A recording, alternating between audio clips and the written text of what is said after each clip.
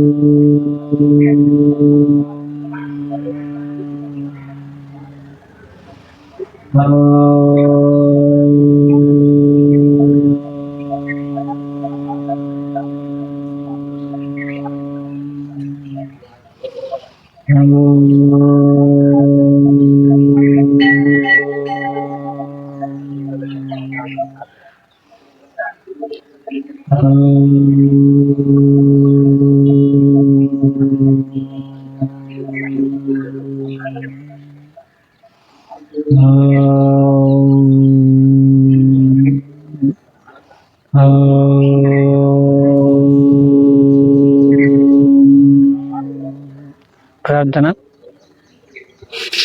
ఓం నమో బ్రహ్మాదిభ్యో బ్రహ్మ విద్యా సంప్రదాయ కర్తృభ్యో వంశ ఋషిభ్యో మహద్భ్యో నమో గురుభ్యః.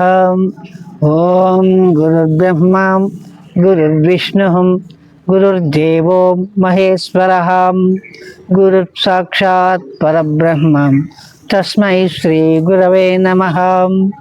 ఓం అఖండమండలాకారం వ్యాప్తం యేన చరాచరం తత్పదం దర్శితం యేన తస్మై శ్రీ గురవే నమః. ఓం మాతృదేవో భవ పితృదేవో భవ ఆచార్యదేవో భవ. ఓం అసతో మా సద్గమయ తమసో మా జ్యోతిర్గమయ మృత్యోర్మా అమృతంగమయ. ఓం సహనావవతు సహనౌ భునక్తు సహ వీర్యం కరవావహై తేజస్వినావధీతమస్తు మా విద్విషావహై. ఓం శాంతి శాంతి శాంతి. హరి ఓం తత్సత్. ఓం శ్రీ గురుభ్యో నమః. ఓం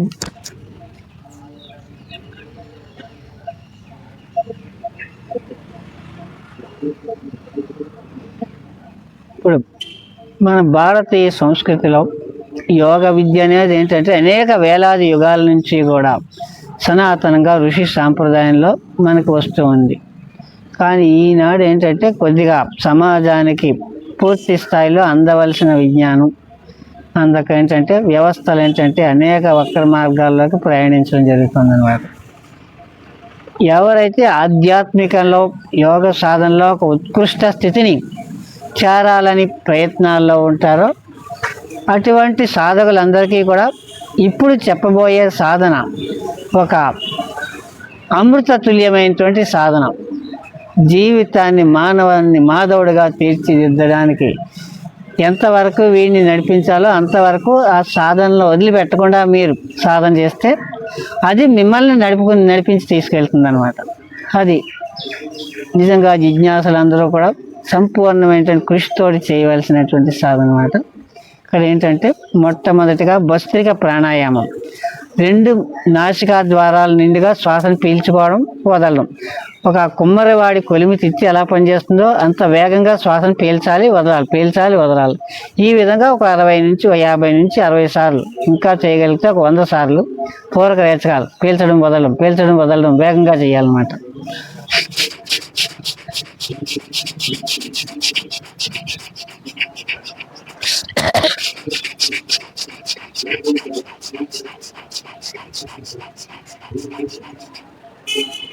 వేగంగా పూరక రేచకాలు చేసి ఈ లోపల శ్వాస ఊపిరితిత్తుల్లో గాలి గదుల్లో ఉండే గాలిని అంతటినీ కూడా బయటికి వదిలిపెట్టి బంధత్రయాలు మూలబంధం అంటే మన యొక్క ఉపస్థకి యానస్కి మలద్వారానికి మధ్య ఉన్న ప్రదేశాన్ని అక్కడ లాగిపెట్టి బంధించాలి.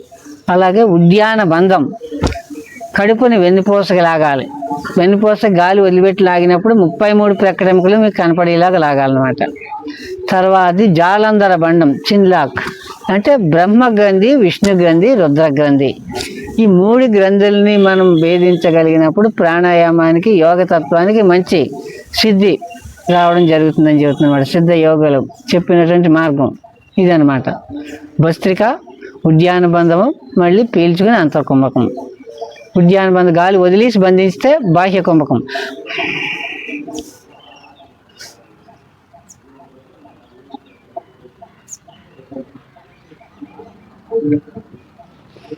మళ్ళీ అదే విధంగా 2 నాసికా ద్వారాలతోటి పీల్చుకుని బంధించింది అంతర్కుంభకం.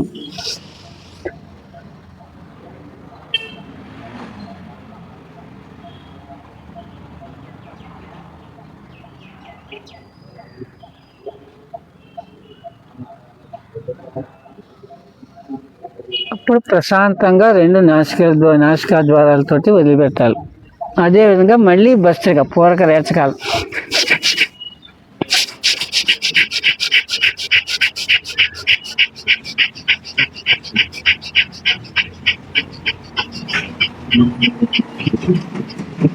ఇప్పుడు శ్వాసను వదిలిపెట్టి బాహ్యకంపకం, మూలబంధం, ఉద్యాన బంధం. మూలబంధం అంటే స్త్రీలకైతే యుట్రస్, యోనిస్థానం. లలితా సహస్రనామం అది యోని ముద్ర స్థితాయ నమః అంటుంది. అమ్మవారి సర్వశక్తి కూడా యోని ముద్ర, యోని స్థానంలో నిక్షిప్తమై ఉంది. దాన్ని బంధించగలగాలన్నమాట. అదే మూలబంధం. జాలంధరం, కంఠం. అలాగే ఉద్యాన బంధం, విష్ణు గ్రంథి, బ్రహ్మగ్రంథి, విష్ణు గ్రంథి, రుద్రగ్రంథి. 3 బంధించగలిగినప్పుడే యోగానికి ఒక పారమార్థిగా చేకూరుతుంది అన్నమాట.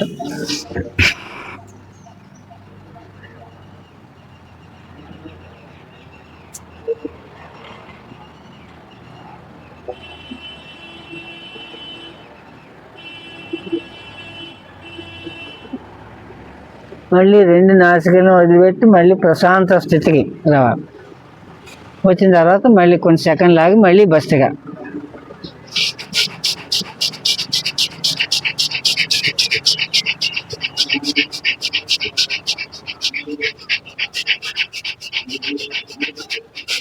భస్త్రిక అంటే పూరక రేచకాలే భస్త్రిక అన్నాడు. కుమ్మరివాడి కొలిమి తిత్తి ఎలా పనిచేస్తుందో అంత వేగంగా పూరక రేచకాలు జరగాలి. అప్పుడు పాత్ర శుద్ధి. పూర్వం ఏంటంటే మనం కర్రలతో కట్టిపోయిలు వాడేవాళ్ళం, దాని మీద వంటలు వండేవాళ్ళం, నీళ్ళు కాచుకునేవాళ్ళం స్నానాలకి. అప్పుడు గొట్టం ఉండేది. ఆ గొట్టంలోంచి ఎంత గాలి ఊస్తే గట్టిగా ఊస్తే దుమ్ము దూలిపోయి అంతా మంట ప్రజ్వలితో వచ్చేది అనమాట. అలాగే మన ఊపిరితిత్తులకి ఏంటంటే సరైనటువంటి పని సామర్థ్యాన్ని పెంచాలంటే వేగంగా పూరక రేచకాలు తీయాలి. ఆ ఊపిరితిత్తులో ఉండే చెడిగాలి అంతటినీ బయటికి తొలగించాలి.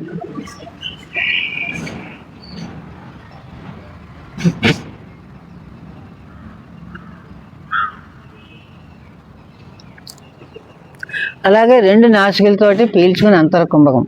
ఇక్కడ 2 కుంభకాలని అభ్యాసం చేయాలి, బాహ్య కుంభకం, అంతర కుంభకం.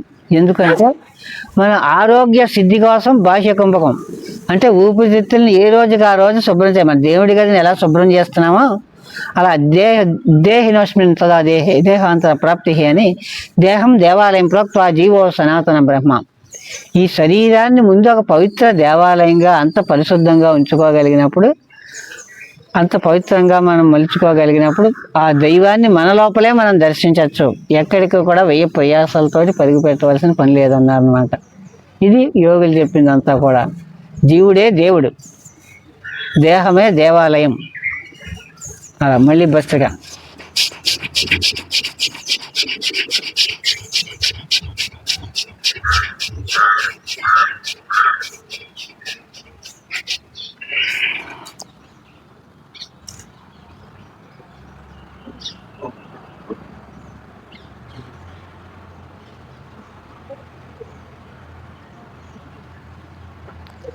శ్వాస పీల్చుకుని అంతర్కుంభకం.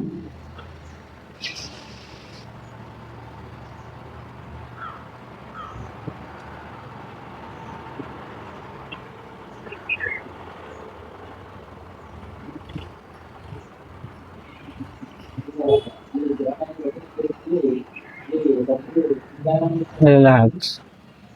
మళ్ళీ బస్తిగా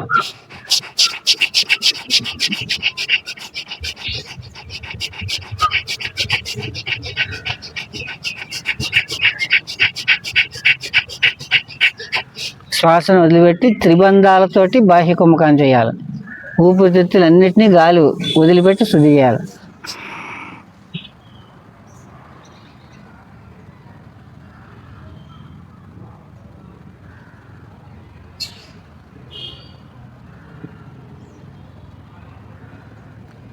పీల్చుకుని అంతర్కుంభకం.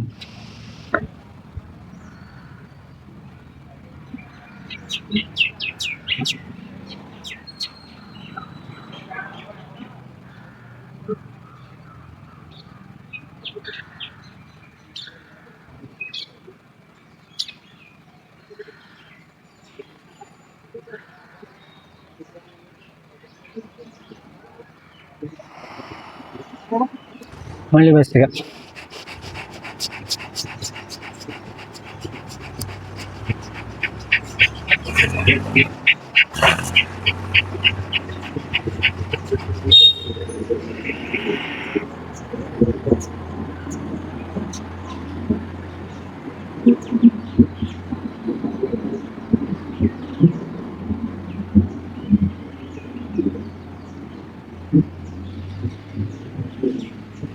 పీల్చుకొని అంతర్కుంభకం.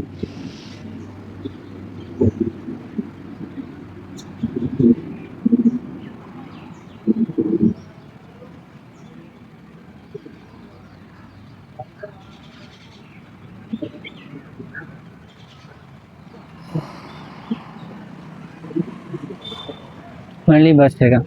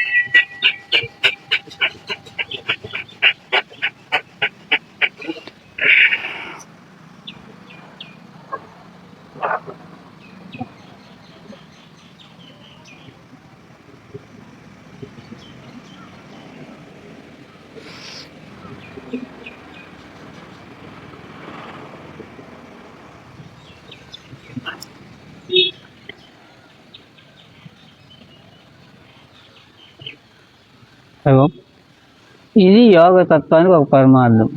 ఈ భస్త్రిక ప్రాణాయామాన్ని చేయాలనుకున్న ప్రతి వారు కూడా కొన్ని మంచి నియమాలు పాటించాలి. ఎండుమిర్చి కారాలు, ఆవకాయ పచ్చళ్ళు, ఇటువంటి వాటికి దూరంగా ఉండాలన్నమాట. ఇవన్నీ కూడా ఏంటంటే మన సాధనకు విఘ్నకారకాలు అన్నమాట. కడుపులో మంటలు, గ్యాస్ట్రిక్లు, అల్సర్లని వీటిని ప్రేరణ చేస్తాయి. ఇటువంటి ఆహార వ్యవహారాలు ఉంటే వాటిని వదిలిపెట్టాకే ఈ భస్త్రిక ప్రాణాయామం ఇవి సాధన చేయాలన్నమాట. పుండి మీద కారం చల్లితే ఎలాగైతే ఉంటుందో ఈ విధంగా సాధనలో ఆహార వ్యవస్థని మార్చకుండా మనం ఏం చేసినా ప్రమాదమే. ఇంకొకటి ఏంటంటే ముఖ్యంగా ఈ ముద్రా ప్రాణాయామాలు చేసినప్పుడు ఒక పావు గంట అరగంట లోపల మీరు ఆహారాన్ని పక్కన పెట్టుకుని సాధన చేయాలి. లేకపోతే ఇక్కడ మంచిగానే చెడు ఫలితాలు. ఈ జఠరాగ్ని ఏంటంటే ఏం చేస్తుంది, ఈ జీర్ణ వ్యవస్థ మీద పనిచేస్తూ ఉంటుంది. ఈ ప్రేగులు, కోసకుడ్యాల మీద పనిచేసి వాటిని తినడం మొదలెడుతుంది. దానికి ఆ టైంలో సరైన ఆహారం ఇవ్వకపోతే. అందుకే ఒక అరగంట లోపులోనే ఆహారం తీసుకోవాలి. ఏ ఆహారం దొరకని సమయంలో ఏ పాలైనా నీళ్ళైనా ఇంకోటి ఏదో దానికి ఆప్షన్ సెకండరీగా ప్రధానంగా తీసుకోవాలన్నమాట. ఇది దీనితో పాటుగా ఇప్పుడు అంటే ఇక ప్రాణాయామం అంటే 12 ప్రాణాయామాలు చేస్తే ఒక ప్రత్యాహారం, ఒక ఏకాగ్రతకి మన స్థిరత్వానికి వస్తుంది. అలాగ దత్తాత్రేయులు వాళ్ళు ఏం చెప్పారంటే కనీసం 20 నుంచి 24 ప్రాణాయామాలు. తత్వదర్శులు వాస్తవంగా యథార్థ తత్వాన్ని, యోగ తత్వాన్ని దర్శించాలనుకున్న వాళ్ళు కనీసం 22 ప్రత్యాహారాలు, 24 ప్రాణాయామాలైనా మినిమం చేయాలన్నారు అన్నమాట రోజులో. అది ఆ విధంగా చేసినప్పుడు దీంతో పాటుగా